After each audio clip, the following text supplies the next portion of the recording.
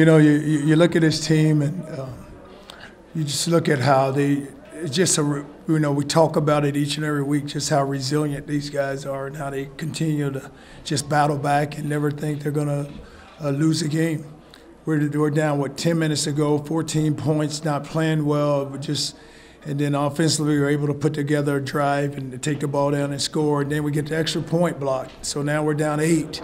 And defensively we got to go out and make some stops, be able to save our 2 timeouts, almost used 1 right before Blake scored because we thought the time was going to run down.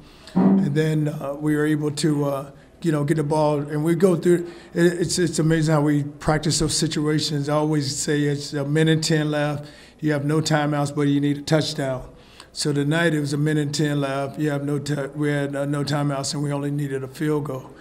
And the first 2 plays, we go back. We had to throw the ball away, and then he just seams one right, splits 2 defenders, and Wilcox made an unbelievable catch, and then Solly makes a big play, and then McCants. I said that McCants and Wilcox, they always find a way to make plays, and you want the ball in their hands because they're unbelievable players. But you watch Cronkrite run tonight again for another 100-plus yards. I think he's right around 150. Johnny Ford plays well. And even Blake, once he settled down, we had some big throws. We didn't connect on him. But he just continued to settle down, had to bring Oladokin in just a little, just wanted to make sure that, we had put it, that he was back where he needed to be. And then defensively, we gave up those 2 runs there in the second half. It really hurt us. But that was just gap control where guys didn't cross blocks and then just make the play. But, it's great that we were able to pull this game out and it had a national audience, and a lot of people had a chance to see us. Any questions? Can you talk about Kobe's field goal? Did you say anything to him setting up, or just go out there and kick it? No, I didn't say anything to Kobe. At the beginning of the year, we didn't even know who our kicker was going to be. And, Kobe had battled for it. Vivanetto's another one, Stone. Each day I would kick those 3 guys. And then it was good just to see that Kobe has taken over the kicking duties. And they last week against UMass, he has a cast on his hand when the guy came off the edge and blew him up. And so we had to cast his hand right before we left. And he said, "Coach, I'm gonna go out here and kick, just make sure." And I said, "Well, you can kick with a cast. I hope you can kick with a cast. So I don't know how much it's gonna affect you unless it's gonna weight the ball down." But him stepping up there and making it was really big. And I told our guys in there a while ago, I said, we didn't know who our kicker was. They said, well, we know who he is now. But it's good to see him make that kick. Can you talk a little bit about what you saw from Tiger McCants in that play right before that got you guys down to the 5-yard line? What was he able to do there? Well, the thing about him, he's so strong and he's elusive, and you got to, when you tackle him, you better wrap up because he's gonna, break away. You look at some of those balls we threw out there to the outside tonight. He was able to, just run through somebody and get a first down, just a shoestring away from just, going in to score. But McCants is big, he's strong, he's physical, and you want the ball in his hands, especially in critical situations. It looks like in that first half, you guys really had trouble getting like a full rhythm together. Was it something that Tulsa was really doing defensively that kind of caught you guys off guard, or what exactly happened? No, what they did a really good job on defense because they rushed 3 and they dropped 8, and they was playing like a robber coverage inside, so they was taking the middle away from us and making us throw the deep ball, but they weren't getting ran by. But they did a really good job of playing it. So what we had to do at halftime is just find out a way how we can get the ball underneath, because the underneath throws are there. We just had to make them and convert on them. Another monster day for Jordan Cronkrite. How good do you think he can be? I told Cronkrite, I just want to see him just run and get as many yards as he can this season. I said, you got a really good offensive line in front of you. You look at him, he broke another long run. But he is steady, and the thing he does is he take what the defense gives him. And so, it may be 2 yards, it may be 5, and they break a 10, then all of a sudden, boom, he breaks a long one. And it was really big. And even with little Ford coming in there, playing away, he's just so quick, and I think he gets hidden. His defenders can't find him a lot of times when he breaks out of there. You mentioned Oladokin earlier. I know you came in for a couple of series. Was that just maybe you had a package for Tulsa, or was that actually Barnett was getting guys? No, a combination of both. We had a little package for him, and that's why we brought him in and let him run that package. but he had been practicing well and doing a good thing. And he's Brett the same way. But tonight we just had a package for him. Does this kind of create different looks in the running game, maybe running more outside with a faster quarterback? Well, it's the thing he can do. He's so athletic. He can run or throw, but we can get him outside with like quarterback counters and everything. Talking about the team's resiliency, what about their poise with 7 minutes to go and it's 24-10? Just you needed all 3 facets of the game, and all 3 came in. Oh, they did, and I'm sitting there and they're yelling, "Hey, we got you, coach. We're gonna be okay. We're gonna win this game." And I'm looking up at the clock, saying, "Hell, we better hurry up if we're gonna win it." I mean, we don't have much time. I'm looking at the clock. They're telling me, "I got you. We got you, coach. You got me." I mean, look at the clock, and then we take the ball and score. So then I think it was 4 minutes when the defense came back out, and then we got the ball with minute and 10. So we knew we had to get those stops so that we can get the ball back for our offense, and we were able to come through. You made the big play. What did you see on your end? Excuse me? You made the big play next to the last play of the game. What did you see when you were going off the pass? Looks like you kind of adjusted to where the ball was thrown and went and found it. It was just it was a critical play, and in a critical situation, and Blake threw it up. It was a play we ran a couple times during the game, and it was one of those plays that we felt comfortable with, and he threw it up, and it's my job to try to go get it the best of my ability, and just to make a play like that in that type of situation is just a great feeling, and for just this program, that's just a great moment. You talk about the first half, there were a couple of struggles there. What were you kind of seeing with how things were playing out in the first half? I think credit to Tulsa and their defense. They played, they did some things on defense that stopped us. And going into halftime, we just told each other ourselves just to settle in. It's going to be a battle to the end. No matter the score, we're gonna fight to the end. But during the first half, it was just a credit to them and their defense. They came to play just like we came to play. And it was a battle. It was a tough battle the first half. I think it was only 10-3 going in halftime. So it's just one of them games that you're just going to have to fight through it and just battle to the end. You guys feel like you kind of stole one from Tulsa? No, I think it was just a hard-fought game. It could have gone either way. It's just we just wanted it more at the end. They fought their hearts out. We fought our hearts out, and it could have gone either way. But I just think overall it was just a really hard-fought game. How about that final drive for you guys? Where was kind of the confidence level for everybody there? How were you guys feeling on that last drive? Going into the drive, going into the game, we knew we could score whenever we wanted to. It's just we were shooting ourselves in the foot all night long. Going into the last drive, we just knew we had to execute. We had plenty of time on the clock. We practiced that every single day and practiced those type of situations. Then we just went out to execute. That was probably the big part of the game plan, just executing more consistently, and then we went out and did what we did. What did you see on your 66-yard run? Great play call. I just saw a giant hole. Great job with the offensive line. Saw a giant hole, and then I knew I had to beat one guy, and then I was able to do that and then capitalize on the situation. Going into the season, wasn't really known who was going to be the key running back in this team. Mm-hmm. It seems to be you and the combination of you and Johnny Ford. After transferring from Florida, did you ever think that you'd be the guy at a D1 program again?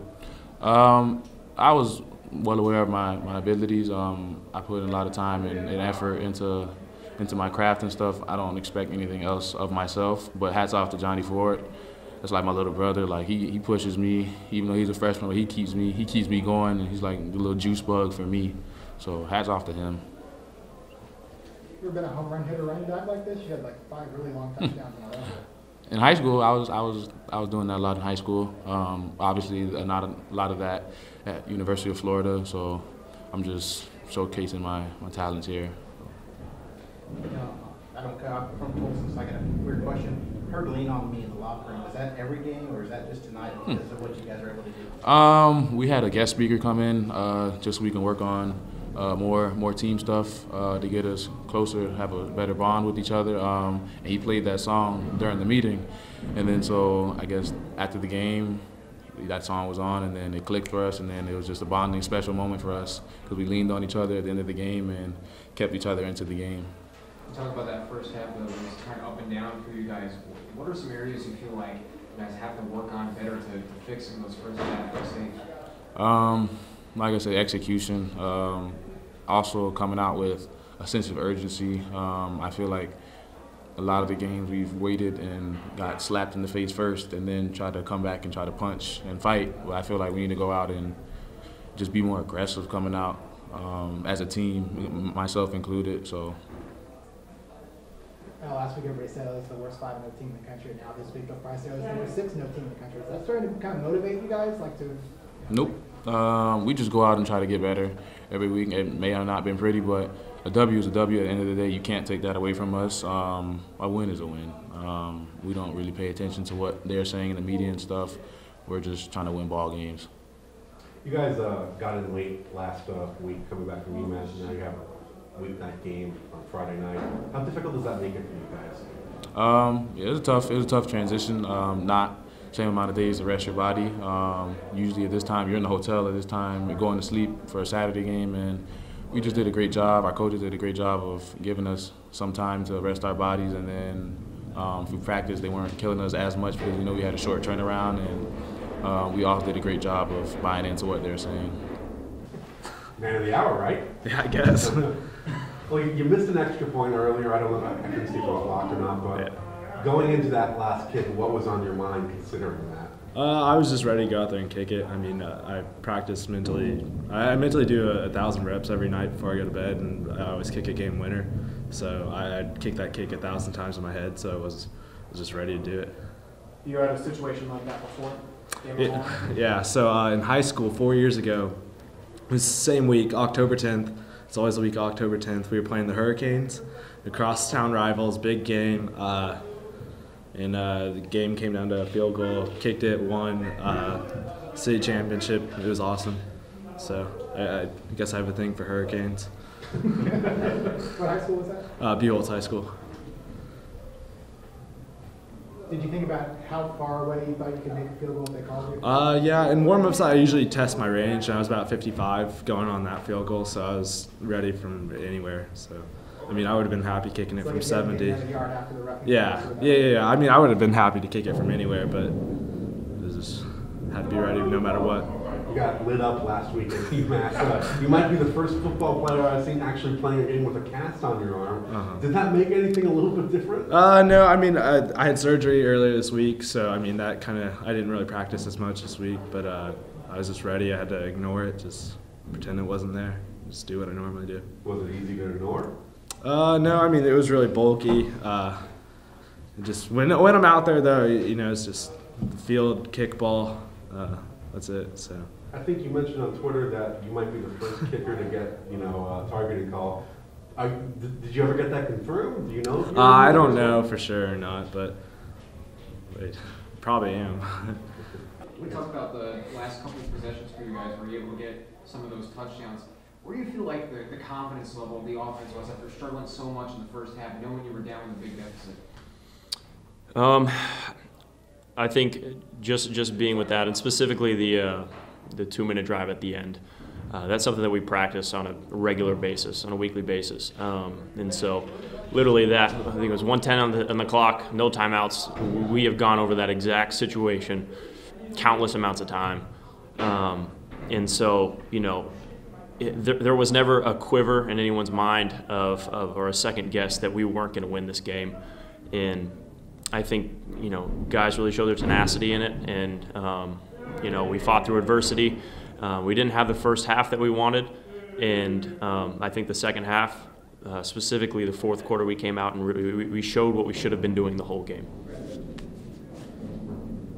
The 2-point play that kind of got blown up, did it just get blown up from the start? It was kind of in the corner. I didn't see exactly what happened. There's a lot of pieces that we're trying to put together on that one, and some of the pieces didn't really fall into place. So, once I kind of figured that out, then I was like, all right, we'll try to make something happen, and unfortunately we didn't.